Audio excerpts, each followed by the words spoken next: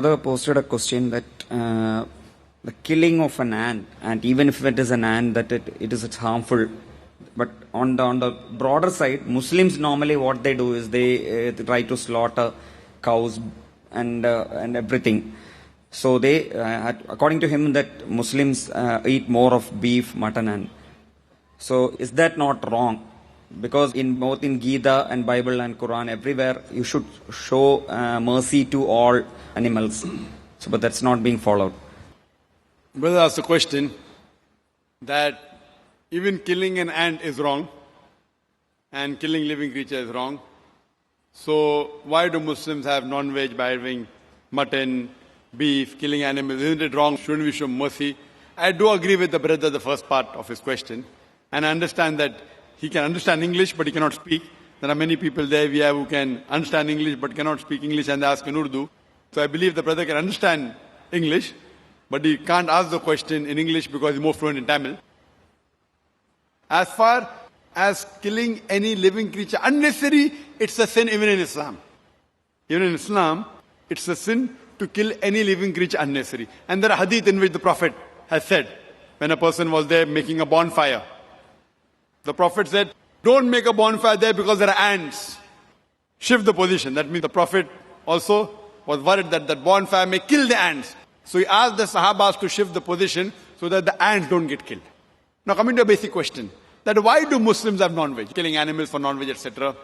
First, I'll tell you that a Muslim can be a very good Muslim even by being a pure vegetarian. Eating non-veg is not compulsory in Islam. But because our Creator Allah subhanahu wa ta'ala has given permission to have non-veg, why should we not have it? If we analyze, it's mentioned in the Quran, in Surah Ma'idah chapter 5 verse number 1, that eat of the four-footed animals. Eat of the four-footed animals which have been made lawful for you. Quran says in Surah Nahl chapter 16 verse number 5, that Almighty God has made for you to eat the meat of the cattle. And several places. Surah Mu'minun chapter 23 verse 21, many places. Now scientifically if we analyze that there is no vegetarian food which has all the requirements for a human being. The human beings require amino acids. They require 21 amino acids, out of which most of them are produced in the body, but 8 have to be supplemented from the diet. These are called as 8 essential amino acids. There is no vegetable which I know of which contains all the 8 amino acids. So there is no vegetable which is a complete food. So you have to take this which is present in the non-veg. Furthermore, if you analyze non-veg food, it's nutritious, rich in vitamin K. And furthermore, if you analyze, if you see the teeth of the herbivorous animals, the cow, the goat, the sheep, they have flat set of teeth. They only eat vegetables, they only touch grass. They don't eat flesh food. If you analyze the set of teeth of the carnivorous animals, tiger, lion, leopard, cheetah, they have a pointed set of teeth. They have a canine set of teeth. These animals are known as carnivorous animals. They only eat flesh. They don't eat vegetables. If you analyze the set of teeth of the human beings, if you go in the mirror and see, we human beings, we have got flat teeth as well as pointed teeth. If Almighty God wanted us to have only vegetables, why did He give us this pointed teeth, canine set of teeth? Why? Because Almighty God wanted us to have both vegetables as well as non-veg, flesh food. If He wanted us to have only vegetables, why did He give us the pointed teeth? Furthermore, if you analyze the digestive system of the human beings, it can digest both veg as well as non-veg. The digestive system of the herbivorous animals, the cow, the goat, the sheep, it can only digest vegetables, it cannot digest flesh food. The digestive system of the carnivorous animals, lion, tiger, leopard, it can only digest flesh food, it cannot digest vegetables. But the digestive system of the human beings has a small intestine and a large intestine. It can digest both veg as well as flesh food, as well as non-veg food. If Almighty God wanted us to be a pure vegetarian, Why did he give us the digest system? We can digest both, but natural to have it. So if you analyze, Almighty God made the human being in such a way so that they could eat vegetables as well as flesh food. Veg as well as non-veg. And many people have a misconception that most of the religions, they prohibit the eating of non-veg food. And many of the Hindus, they have a misconception. And they think that Hinduism prohibits the eating of non-veg food. In fact, if you read the Hindu scriptures, if you read Manusmriti, chapter number 5, verse number 30, it says, Almighty God created some animals to eat and some to be eaten. So those who eat the animals created to be eaten, you're not doing a sin. It's mentioned Manusmriti, chapter number 5, verse number 39. Almighty God created sacrificial animals. So if you eat the sacrificial animals, you're not doing a sin. Manusmriti chapter number 5 verse number 41 says that killing of the sacrificial animal is not a sin. There are many quotations in the Hindu scriptures which talk about eating of non-veg food. If you read Mahabharata, Anushasan Parv, chapter number 88, Yudhishthir was the eldest brother of the Pandavas. He asked Bhishma that what things should he give in yagna, in puja, so that our ancestors will be satisfied.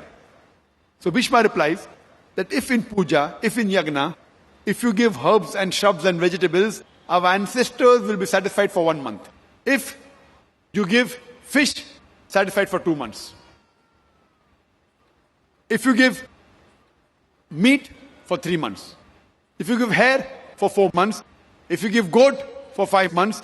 If you give bacon, for 6 months.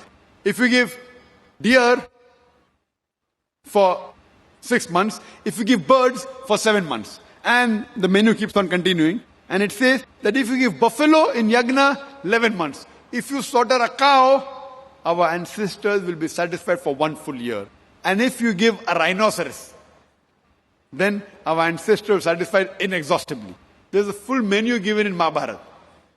So if you read the Vedas and the Hindu scriptures, the sages and sons, they had non-veg, they even had beef. But the reason you find many Hindus, they say that eating non-veg is prohibited because they are being influenced by the non-violence philosophy. Even the Jains. And what these people who believe in non-violence say, that killing of living thing is prohibited. Therefore, killing an animal is a sin. So I agree with them that if killing any living creature unnecessary is a sin. But if you say killing living creature is sin per se, then I tell them that even the plants you have, they have got life. Previously we did not know that plants have got life. Therefore they used to think that killing plant is fine. Today we know that even plants have got life. So the logic has changed. Yes, Zakir, we agree plants have got life, but plant can't feel pain. Therefore killing a plant, having vegetable, is lesser sin as compared to having non-veg, that flesh food. Today science advance have come to know that even the plants can feel pain. But when the plants cry out, we human beings cannot hear the cry of the plant because we can hear only between 20 cycles per second to 20,000 cycles per second. Anything below and above this we can't hear. So even the plants cry, but we cannot hear the cry of the plant. The plants feel pain. Today science tells us, so the logic exchange, they say, yes, Brother Zakir, we understand that plants have got life, they can feel pain. But the plants have got 2 or 3 senses, the animal have got 5 senses. Therefore killing animal is a greater sin. If I agree with them for sake of argument, that plants have got 2, 3 senses, animal has got 5 senses, and that's the reason killing animal is a greater sin. So I asked them a question. There was a person who had a brother who was born deaf and dumb. Could not hear, could not speak. And someone goes and kills him. Suppose you have a brother who was born deaf and dumb. Cannot hear, cannot speak. And if someone kills him, will you go and tell the judge, me Lord, give the murderer less punishment because my brother had 2 senses less? He could not hear, he could not speak. Will you say that? Or you will tell, me Lord, give the murderer double punishment because my brother was masoom, he was innocent. He could not hear, he could not speak. So in Islam, it does not mean that if you have 2 senses less, you have less punishment, or you have more senses, more punishment. Quran says, eat of the good things they have provided to you. As long as the thing is good and halal, it is permitted, you can have. So, in Islam, we are allowed to slaughter animal only for eating. Unnecessary for hunting, for sports, is prohibited. Like making a bonfire, ants are being killed, the Prophet said don't do it. So killing any living creature is prohibited unless if it is for eating, for survival, and it is amongst the permitted animals which God has given permission. As Manusmriti says, God has created some animal to eat and some to be eaten. If you kill the animal to be eaten, you're not doing a sin. Otherwise, generally, I per se, if you analyze, I've got no problem if the non-Muslims don't have non-veg. Because if every non-Muslim in India starts having non-veg, then the price of mutton and beef will go high. So I've got no problem if the non-Muslims don't have non-veg. But if anyone takes an objection that killing animal is a sin, that's the time I give this answer. Otherwise, in Islam, you can be a very good Muslim even by being a pure vegetarian. But since Allah has given permission, there is no harm if you have non-veg, as long as it is among the permitted animals.